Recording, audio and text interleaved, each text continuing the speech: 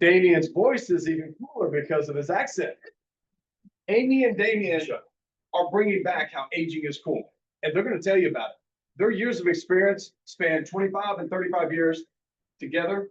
It's a lot of years of experience that they're going to bring to you, knowledge that they're going to bring to you. Because John and I took a little bit of their time, they're going to have a little bit extra time to share this with you. They have a great, fun, educational, and unbelievable discussion that they're going to share with you. So without further ado and taking any more time, Damien and Amy.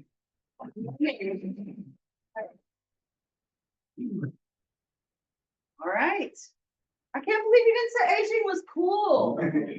It's been a So I'm Amy Temperley. This is my husband, Damien. We are the owners of Aging is Cool. We are, 10 years ago, we started a company that does recreation and engagement services for senior living. And we debate over who came up with this title, this name of our company. He says it was him on a napkin. I debate that. I think it was probably me because I'm genius. But no, you're on the market we get right two now. reactions when we drive around my name in cars with our signs. ma'am. We get the How do I do thumbs up that? at the stoplight. I didn't want to turn it on.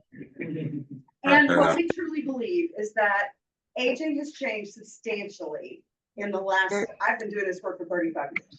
It's different than it used to be. You. We used to sit in rocking chairs.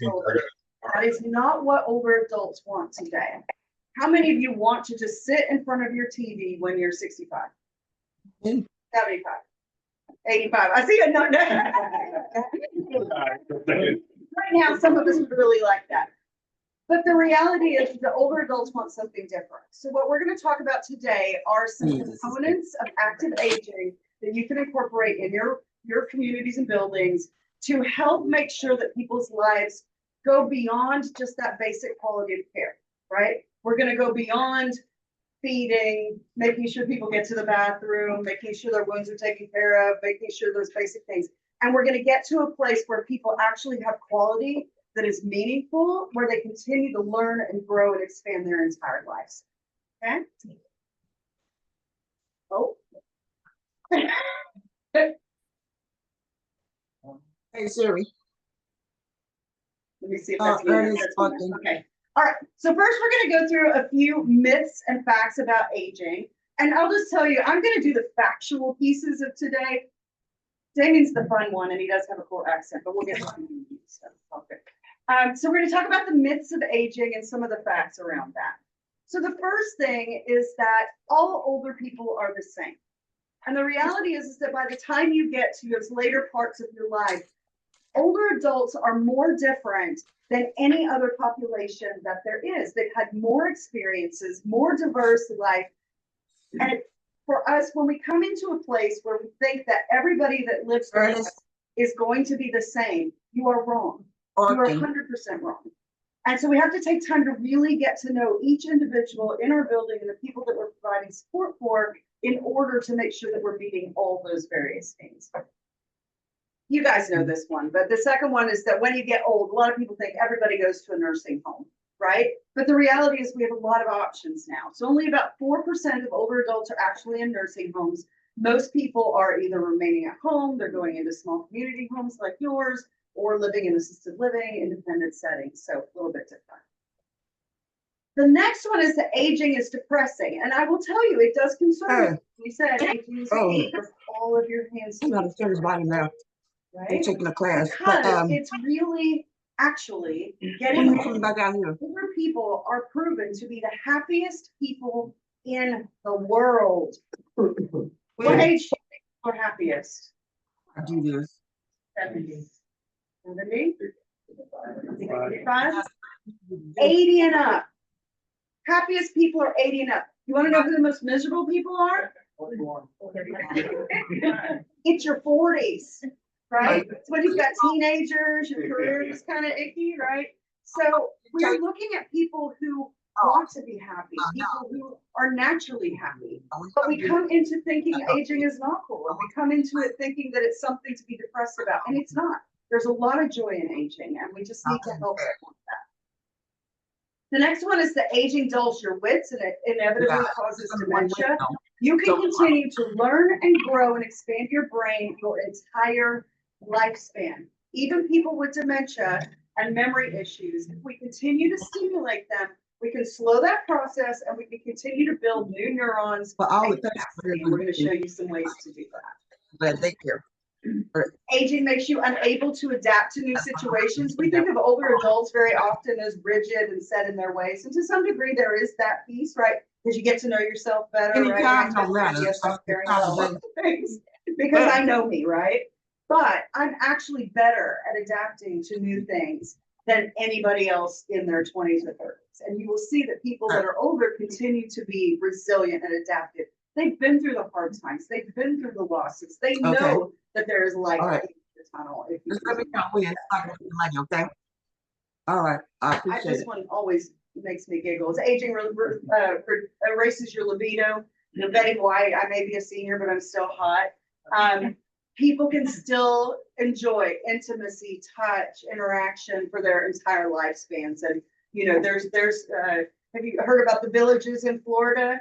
About the guys that wear the blue ribbons at the happy hours to tell everybody that they're on Viagra?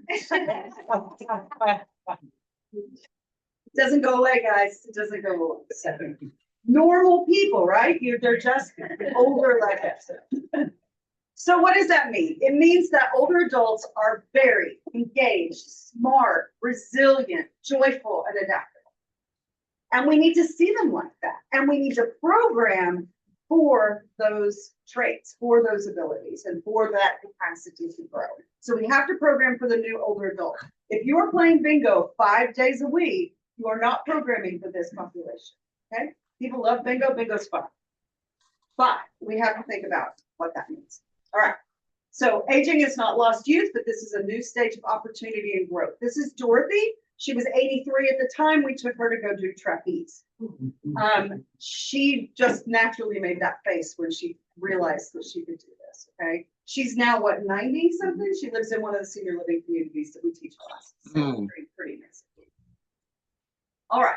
So we're living longer and healthy lives. We don't sit in rocking chairs anymore. If you haven't read This Chair Rocks by Ashton Applewhite, which really looks at ageism and kind of chronological age being unreliable, take a look at it. It's fantastic. All right, let's get to the fun bits. So, what does a well-rounded engagement program look like? And this is all research-based. This is all information that has been studied over time. But there are certain things that people need to make their lives more engaging and more interesting. So the first one is physical activity. We need to move our bodies, right? You don't use it, you lose it. The second is cognitive stimulation. The third is creativity. That could be art, that could be music. There's a lot of places there. The one that we've been really interested in lately is meaning and purpose. There's a lot of information coming out about how we need to have a reason to be, a reason to get up every day. So you want to be looking at that. And social interaction and relationships and gratitude, acceptance.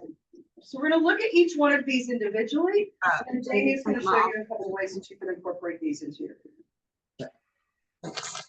All right. So your first thing is physical activity. And when we think about physical fitness, we often think about, you know, doing an exercise class. And that's not always possible with certain populations. But the reality is that what we need to do is move our bodies in whatever way that might be. And you want to make it fun. We have a lot of places that we go into that are using their physical therapy teams to teach an exercise class. That's fine. Those folks understand the body. But very often they're sitting in a chair in the front of the room and they're going, 1, 2, right? How much fun? I see you smile. Is that what's happening in your community? It's like, no, but I'm a therapist. All right, but it's okay. It's true. It's just what we've seen. It's not true for everybody. But thinking about how you can make it fun, thinking about how you can make it engaging. For example, and Damien's going to show you a couple things here in a sec. Music. Always incorporate music with your exercise, and music that's familiar to them. Things that are going to be fun and upbeat. But also think about incorporating music they've never heard before. We've got all kinds of crazy. Remember you were playing Cake by the Ocean the other day with our 90-year-olds. They loved it. They absolutely love it. So introduce them to new music as well. It's got a great beat and upbeat, and they can just move or wiggle or dance. It doesn't have to be a structured exercise program. Okay, so we just need to be moving. These are just some different things you want to think about. Obviously, you want to get their heart rates up. You want to think about fall prevention. You want people to stay in your homes longer. Let's prevent falls, right? Let's make sure that they're healthy and fall to prevent it. Weight-bearing exercises. Do you have some light hand weights? Do you have some tin cans that you can use for people to exercise with? We love bingo size. We do something that's a variation of that called chair fit bingo. It is bingo and fitness together. If you have not explored this on your own, please do. It is a fantastic way of introducing fitness to people who don't want to exercise, because they're also winning prizes and playing bingo at the same time. So you do a bingo call and then you do 10 stand up, sit downs, and then you do a bingo call and you punch 10 times, right? So it's kind of got those things combined. All right, I'm turning it over to the fun one, and he's going to do a couple of exercise things here for you, so you can see some fun. Good morning. Good morning. So for this, the suggestion was getting you doing kind of jumping jacks and things like that, but I'm not going to do that to you. What I am going to get you to do is I'm going to get you to move your chair slightly back from your table, so you've got some room to move your hands, and then have a look to see where your water is and just move that forward a little bit so you're not knocking that forward. So we're going to do a little bit of exercise with your hands today. No, doesn't like me. Oh, there we go. No, it's liking me. Good. All right, so we're going to do this to some music as well. So we're going to do some hand exercises today. And this is actually an exercise that builds in some brain exercise as well there. So it's going to get you really woken up. And we're going to get some music on. All right, so bring your hands up for me. Again, be careful of your drinks. We're going to open and close. We go. So when I say 1, this is what I want you to do. Okay, so you need to remember each movement to a number. So this is 1, 2 is hands up. Good. 3 is hands to the sides. You get to really know your partner, your person next to you. So let's do that again. Let's go 1, 2, 3. Good. 4 is arms crossed. And then this one is why you moved away from the table. 5 is this. Good. There's another 40 of these, so you have to remember all these. Just in 5. So let's go 1, 2, 3, 4, 5. Easy bit. 4, 3, 2, 1, 3, 5.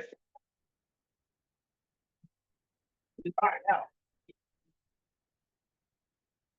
That's level 1. Level 2, again, same thing, same numbers, 1, 2, 3, 4, 5. But I'm going to tell you what to do, but I'm not going to do it. All right, so 1.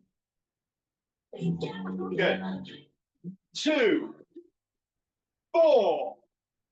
There we go. 5, 3, 1, 2. Oh, I like the crossover there. I like that. That's good. 5 and 4. 5. Perfect. Level 3. And I haven't told you the name of this. The name of this game is Do As I Say, Not As I Do. Okay. So that's level 3. I'm going to tell you what to do, just like we did in the last round. However, I'm going to be doing something different. So do as I say, not as I do. There's 2 rules. People have found how to cheat on this game. You're not allowed to close your eyes. And you do have to watch me. Sorry. So do as I say, not as I do. So if I say, do 1. You're going to realize how hard this is. This is where the brain element comes in. So do as I say, not as I do. All right, so let's start off with the same one. Let's all do 1 together. Oh, I tricked someone.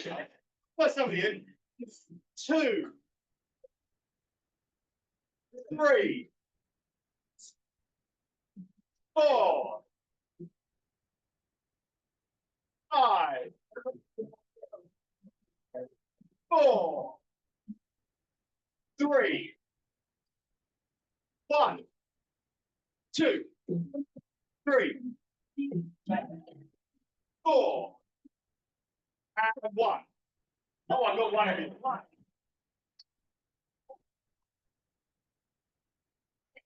Hold up.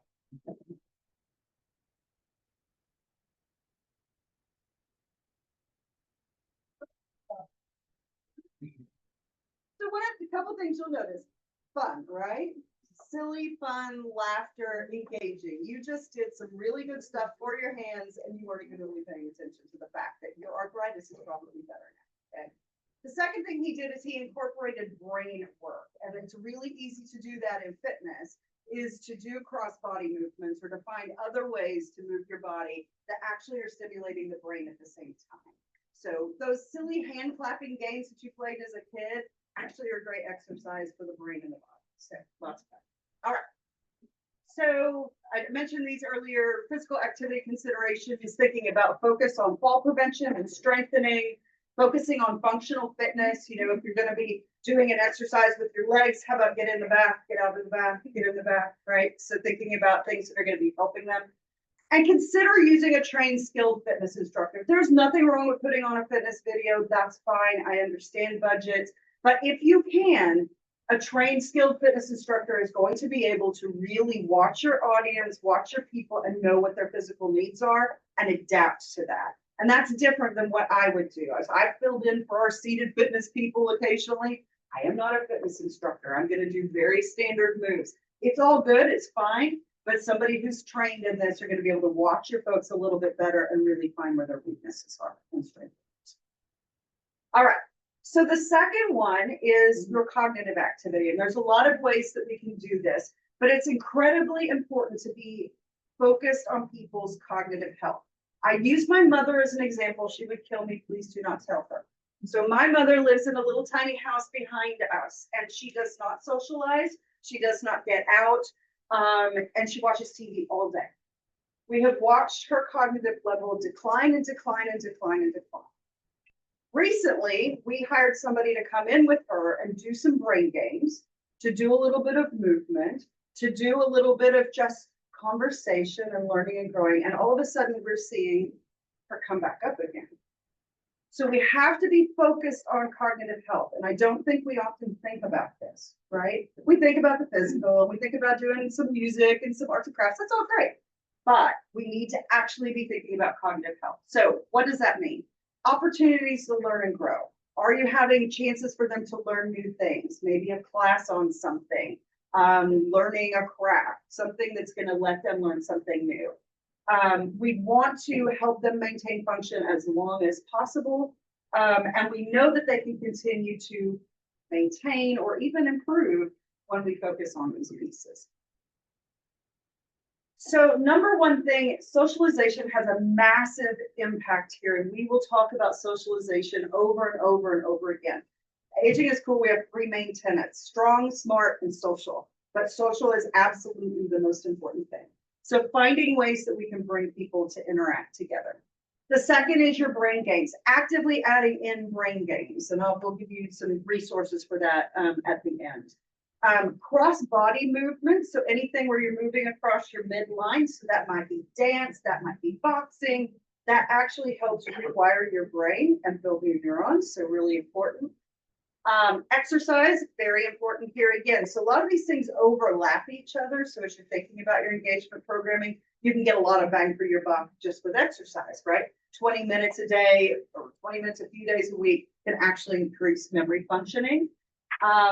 And then lifelong learning opportunities. Do you have people coming in that are doing talks on different subjects or learning a new language, right? Trying to find different things that actually help them.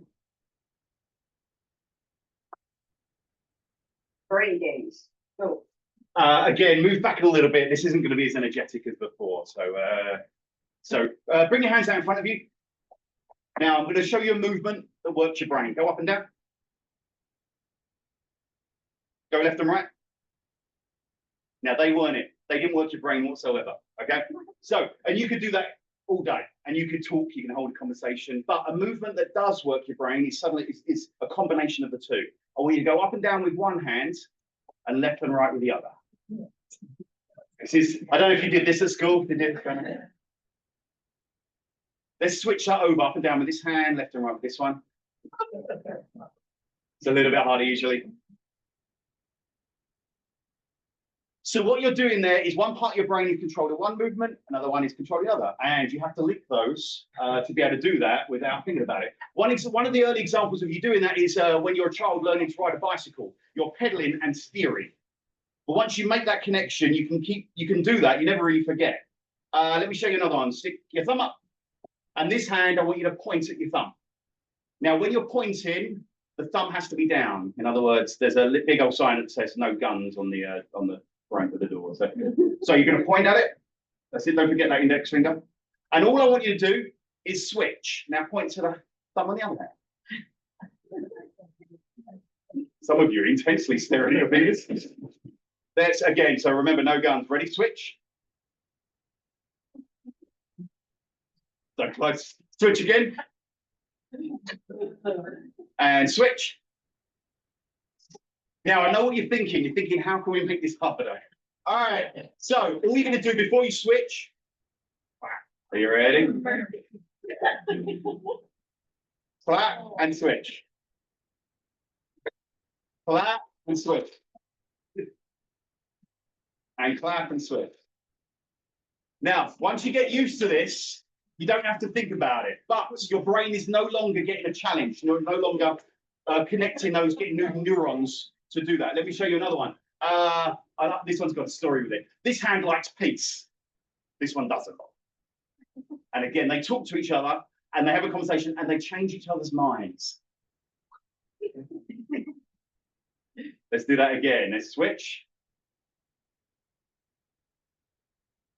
Let's switch. And again, to make this harder, you can clap.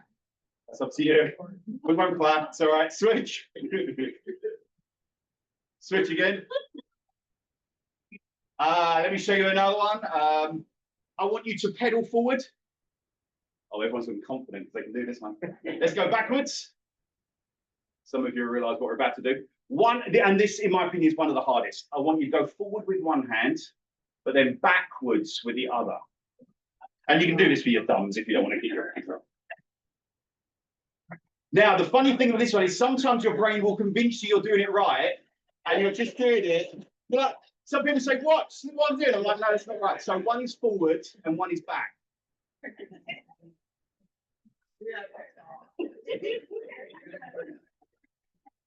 I wish the camera was pointing that way. It's way more interesting than what you're looking at here.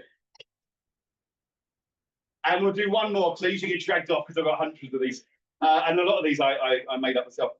Pinch your nose. And then with this hand, pinch your opposite ear. Now, be very careful if you haven't got glasses on. People put themselves in the eyes. Now, what you're going to do is you're going to let go. The one that's on your ear is going to go to your nose. And then you're going to pinch your opposite ear again. Let's switch again. You didn't think he was going to be clamping your nose and your ear, did you, today? Yeah, switch again.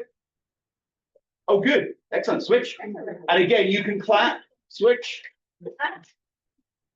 clap, and clap. I was doing this once and somebody found out how to cheat on this one and I gave him so much credit because I loved it. He was just doing this. And I was so impressed. I was like, I'm going to get away with that. Thank you.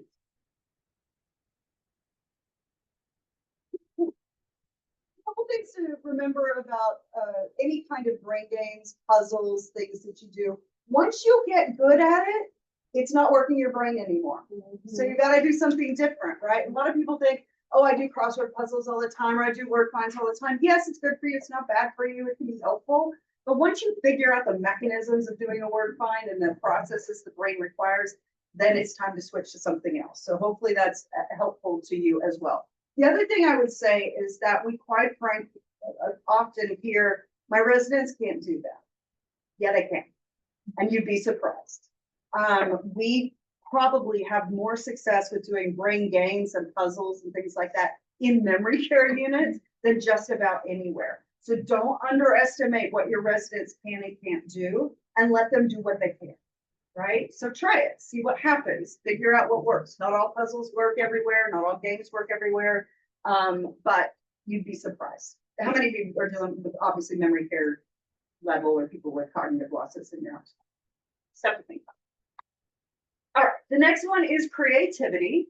And creativity, lots of research out there if you're a nerd and you like the research stuff.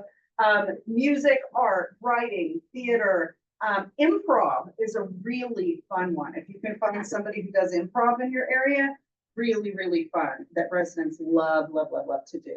So finding ways for them to be creative. A couple things I will say about creativity.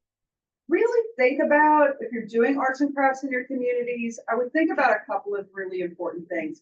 Don't have them make stuff just for the sake of making stuff, okay? Think about adult-oriented crafts. Think about things that they will feel rewarded when they finish and that they might want to gift to somebody, okay? So really think about that. There's all kinds of fun crafts that you can do. And you know, we all like to color now and then. I still get my coloring books out, but really think about elevating your craft programs and how can we make things that just feel more adult.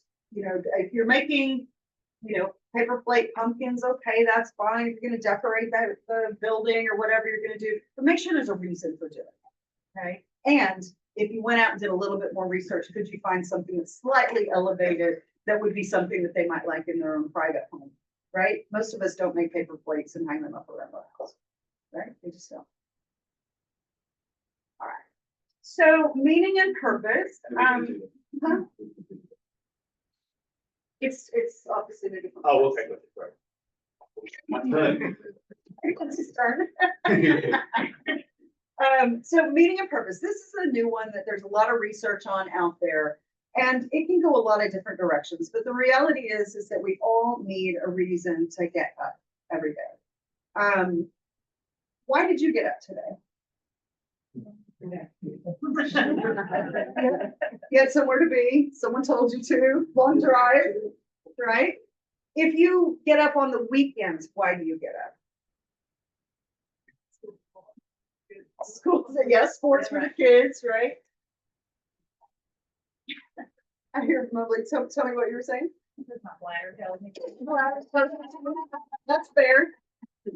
That's a very good one. My dogs are not going to let me sleep past 8 o'clock, right? But that's a reason for me to get up, right? I'm caring for them. I'm giving something. When we're younger, we have a reason to get up. We go to work, we raise our kids, all of that. Think about you've got nothing to do all day. You're retired. You're living, you know, in a communal setting. Why are you getting up? What's the thing, right? So it might be your spirituality. It might be knowing there's a great activity to go to. It might be knowing there's a fabulous lunch or that you're helping around the building by feeding the cats or whatever animal is there. It might be that there's a volunteer opportunity, right? Are you bringing in volunteer opportunities into your community so that your residents have an opportunity to give back to the world? We all have that need to feel needed and to have a reason to get up every day. And that means we have to actively be thinking about that and programming for them, right?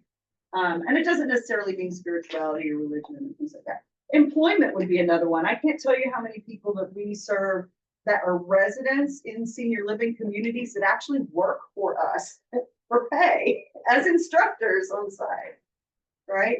So thinking about how do we find a reason to be. These are just some other ways that you can incorporate that. Reminiscence and life review is a fabulous piece of this. If you're not doing storytelling and reminiscence activities, and I would suspect you're already doing spirituality and religion, church services, those opportunities, discussion groups about important topics, letting people go deep. You know, some of us are nerds like that. I'm the nerd that likes the discussion group. Okay. So this to us is the number one most important thing that you can do to help people have quality of life, right? So socialization has long been a problem for older adults. This has been going on for decades. Of course, it really came to the forefront during the pandemic because now we see it generationally as well. You know, so many kids that didn't get to interact with their peers. Research is actually showing that being isolated is the health equivalent of smoking half a pack of cigarettes a day. If you're not socializing, you don't eat as well, you don't move as much, your brain is not getting the stimulation that it needs. Think about like, if I'm gonna pick on you, having a conversation with you, you and I are making eye contact, you're listening to what I'm saying, you're generating a response, you're responding back to me, that's brain, right? That's also mood improving, right? You're seeing my smile, you're seeing my eyes light up, all of that.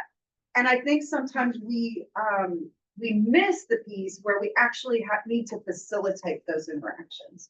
You know, you walk into, we serve probably over 100 communities right now. And sometimes you walk in and it's just these isolated pockets of people sitting around rooms.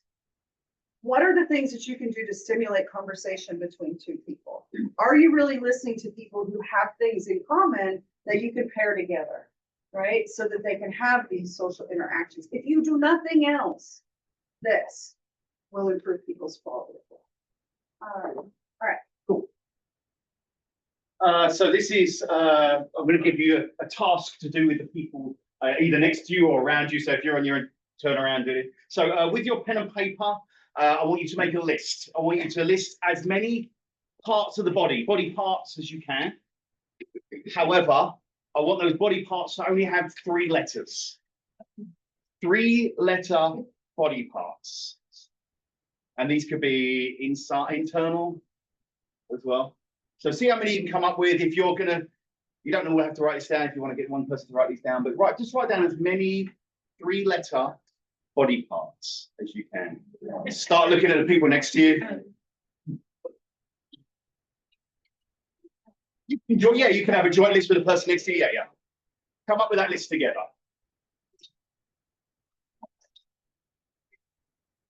Your brain is going to start thinking of all the 4-letter ones, but only 3 letters.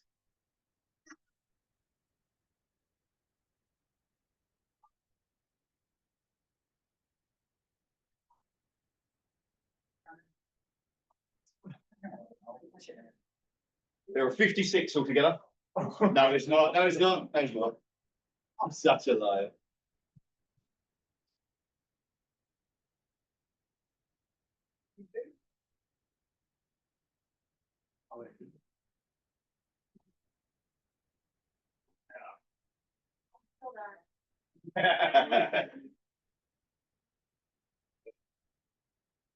There's about 11 or 12.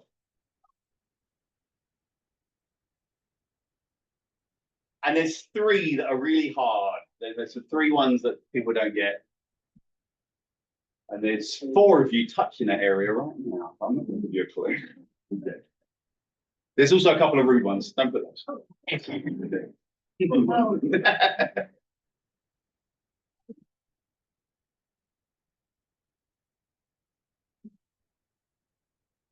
I love watching Hannah in the back. She's out of ourselves, just like. Oh, good.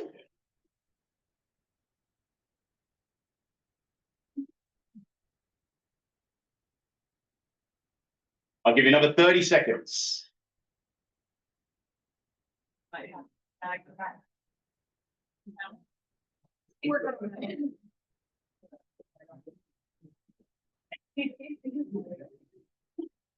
It was up to 5.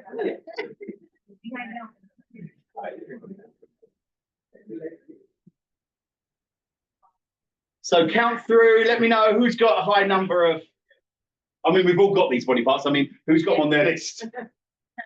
7, good, well done. 8, well done. Oh, there we go. Nice. So as a matter of saving time, let me just call some out. I'm guessing you all had arm, leg. What about, let's go with gum? Yeah. No. Toe? You're going to have to say if I've missed any out. What about, let's go for the harder ones. What about jaw? Hip? What about rib?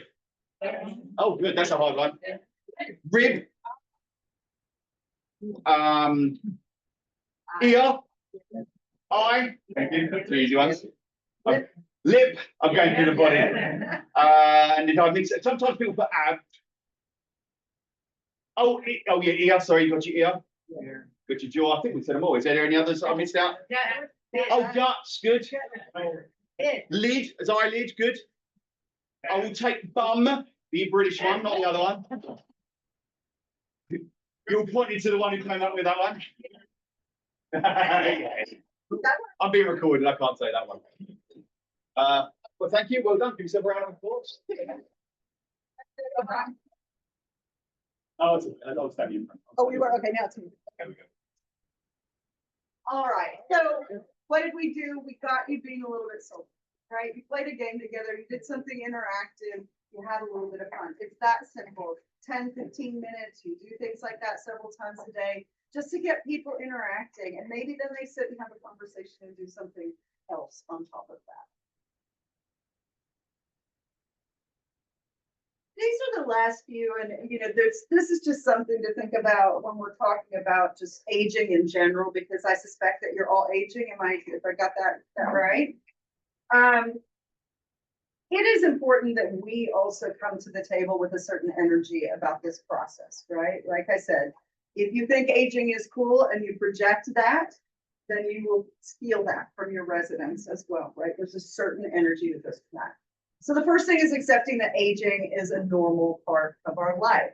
Ageism is a bias against our future selves, right? We're all gonna get old. We're all gonna get old. Some of us are already old. Embrace the parts of you that are better than they ever were, right? And how do we help our residents do that? How do we help them to celebrate the things that they still have going on and not dwell on the losses and really think about those positive pieces? Find something to be thankful for every day. Does anybody keep a gratitude journal? Or anything into that? Okay. So research shows if you will sit down every single day, well, not every single day, sorry, they've actually narrowed it down, 3 days a week, and write down 3 things that you're grateful for 3 days a week, you will exponentially improve your mood state. Why not have a gratitude activity with your residents, right? Why not sit down and say over breakfast, what are we grateful for today? And go around and let everybody have those opportunities. Laugh when you cry, laugh when you can, cry when you need to. Aging is not always cool. I can tell you that we started this company 10 years ago. I was 45. I thought it was super cool. And then I've just now hit 55 and I've got all kinds of health problems going on. And I'm not always sure anymore if it is. So be sure that we are being attentive to the needs of people as they go through this aging process, right? And what's going on with that. And then sharing the journey with others. That social piece is just so important, so exponentially important. We are not isolated individuals. We live in community. It's important for us to be part of community. This is just some research around how attitude impacts your health. It actually can cause more cardiovascular disease, metabolic disease, and you will die younger. People who are ageist against themselves actually die 7 years earlier than the rest of the population. Fascinating.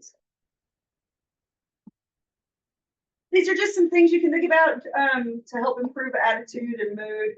Gratitude discussions. Have you ever done laughter yoga? I'm so not a laughter yoga person, but some people really love it. It's actually forced laughter. If you can find a laughter yoga person in your area, pretty amazing stuff. So I wanted to share a couple of resources for you before we go. Or did you have anything else? Okay. So we're Aging is Cool. You can go to our website and learn more about us. We've been around for about 10 years. We're currently in 4 states. We actually bring live instructors into senior living communities. And we have over 150 classes that we teach. So there are catalogs in the back.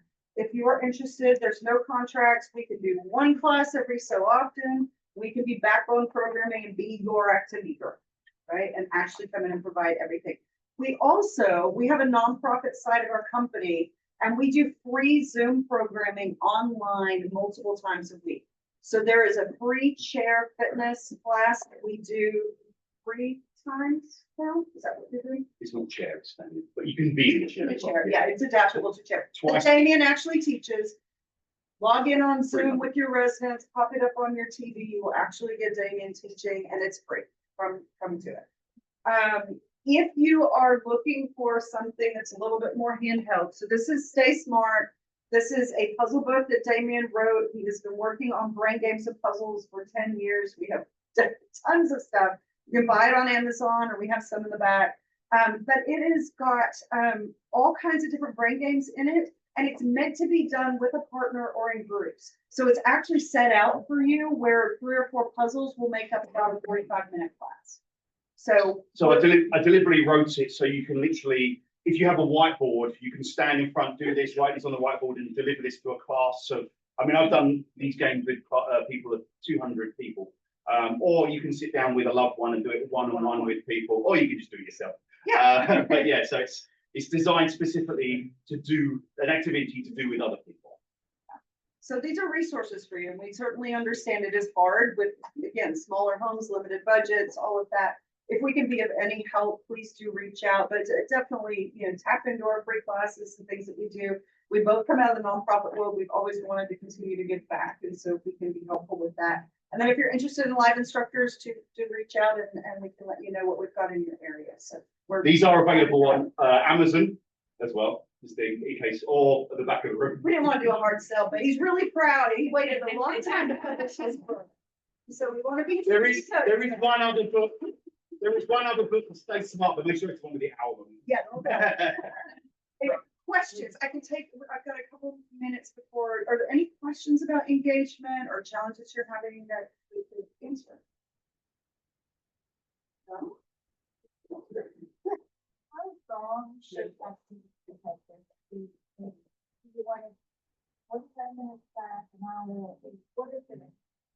We tend to lean between 45 minutes and an hour. We try not to push it past that. My attention span doesn't go past that anymore. For a fitness activity or movement activity, the recommendation is 150 minutes a week.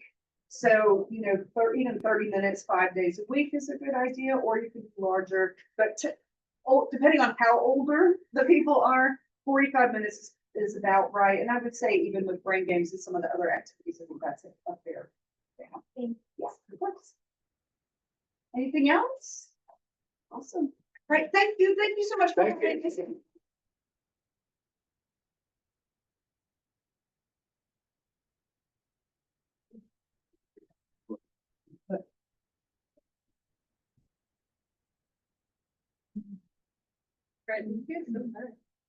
We're setting up our next slides. So brief intermission, we'll take a 5-minute break. Bio break, get snacks. We have plenty, coffee, water, drinks in the cooler if you missed that. And then we'll get started in 5 minutes.